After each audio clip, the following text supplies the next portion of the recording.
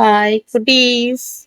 இன்னைக்கு நாம திருக்குறள் பாட்டுல 4வது பாட்டு தெரிஞ்சுக்க போறோம். 4வது பாட்டு உங்களுக்கு சொல்லட்டுமா? ஓகே. வேண்டுதல் வேண்டாமை இலானடி சேர்ந்தார்க்கு யாண்டும் இடும்பை இல.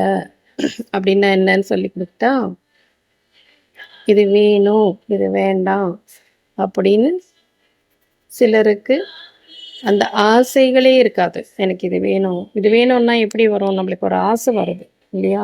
எனக்கு இது கிடைச்சா நல்லா இருக்கும், எனக்கு நல்ல ட்ரெஸ் வேணும், எனக்கு நல்ல டாய்ஸ் வேணும், எனக்கு நிறைய பணம் வேணும், அப்படிலாம் ஏதோ ஒரு வேணும் அப்படின்னு நினைக்கிறோம்.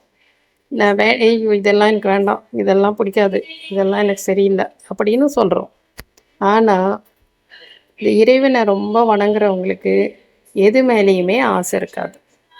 போக போக அவங்களுடைய ஞானம் அதிகமாக அதிகமாக தெய்வ பக்தை பற்றி ரொம்ப தெரிஞ்சுக்கும் போது எல்லாமே தெய்வம் நம்ம கேட்காமையே எல்லா நல்லதையும் கொடுக்குது, எல்லாம் நமக்கு கிடைக்குது, நமக்கு கிடைச்சிருக்கிறதெல்லாம் நல்லது தான் கிடைச்சிருக்கு அப்படின்னு எல்லாத்தையும் ஏற்றுக்கொள்கிற பக்குவத்தும் அவங்களுக்கு வந்துடும். அப்படி நன்மை இது நல்லது இது கெட்டதுன்ட்டு எல்லாம் தோணாமல் எது கிடைச்சாலும் சரி அப்படின்ற மாதிரி எல்லாத்தையும் ஏற்றுக்கொள்கிற அந்த பக்குவம் வந்தவங்களுக்கு, அந்த தெய்வத்தை பற்றி தெரிஞ்சவங்களுக்கு என்ன இருக்கும், என்ன கிடைக்கும்? எப்பவும் துன்பம் என்பதே இருக்காது. துன்பமே இல்லாத வாழ்க்கையை வாழ்வாங்க. அந்த மனசு வேணும்னு நினச்சா தானே அது கிடைக்கலன்னா மனசு துன்பப்படுது. இவங்க மேலே எனக்கு ரொம்ப அன்பு அப்படின்னா அவங்க ஏதாவது நமக்கு துன்பம் கொடுத்துட்டாங்கன்னா அவங்க மேலே கோவம் வந்துடுது இல்லையா? நம்ம எல்லாரையும் நேசிக்கிறோம்.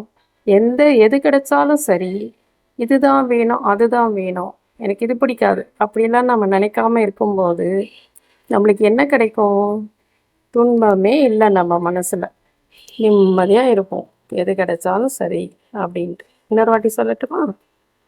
வேண்டுதல் வேண்டாமை இலானடி சேர்ந்தார்க்கு யாண்டும் இடும்பை இல்லை. அதாவது தெய்வத்துக்கு வேணும், இவங்க நல்லவங்க இவங்க கெட்டவங்க அப்படின்னு தெய்வம் யாரையும் பிரித்து பார்க்கல. எல்லாரையும் அன்போடு பார்க்குறாங்க, எல்லாரையும் ஒரே மாதிரி தான் நினைக்கிறாங்க. அப்படிப்பட்ட தெய்வத்துக்கிட்ட நாம் அன்பு செலுத்த ஆரம்பிக்கும் போது நமக்கும் அதே மாதிரி எல்லாரையும் நேசிக்கிறதுக்கும் எல்லாத்தையும் ஏற்றுக்கிறதுக்கும் பக்குவம் வந்துடும். அப்புறம் நம்மளுக்கு துன்பம் என்பதே இருக்காது அப்படிங்கிறத தான் சொல்கிறாங்க. உங்களுக்கு புரியுதா செல்லக்குட்டி? ஓகே குட்டீஸ், பாய்.